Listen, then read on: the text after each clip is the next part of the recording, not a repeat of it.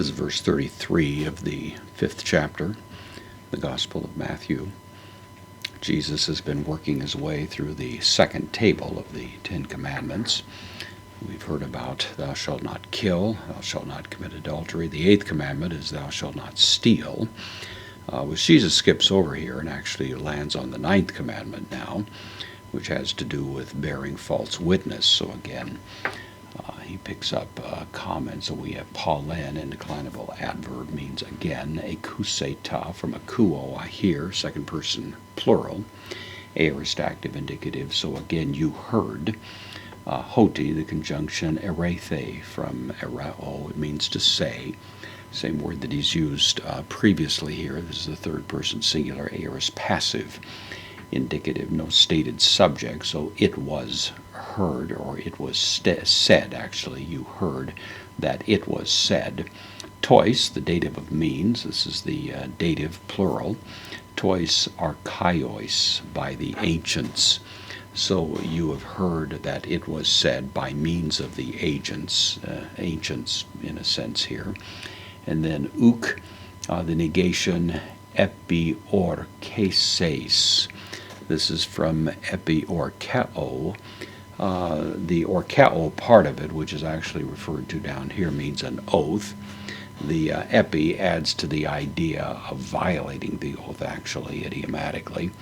So the notion here is you shall not perjure yourself.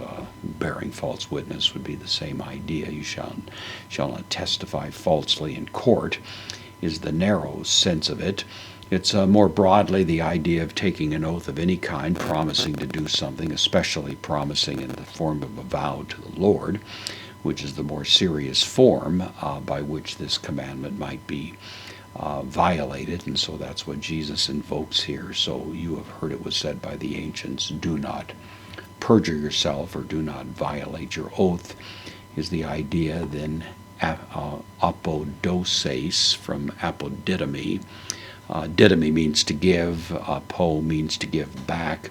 The sense of it is to pay back, so the notion here, second person singular, future active indicative, you shall pay back. De, the soft conjunction to chorio, to the Lord, so you will pay back to the Lord, that's the indirect object. Tus or kus, your vows, with the possessive pronoun here of the second person pronoun, so to or kus, the vows that you make. Broadly, it stands, of course, for general truthfulness, integrity in what one says. One form of it is in the context of testimony in court. It may also have to do with simply a vow that was made by someone to the Lord, but all of those have to do with fidelity to what one has stated. And Jesus, of course, appeals to that now for the further comment he's going to make here in this sermon.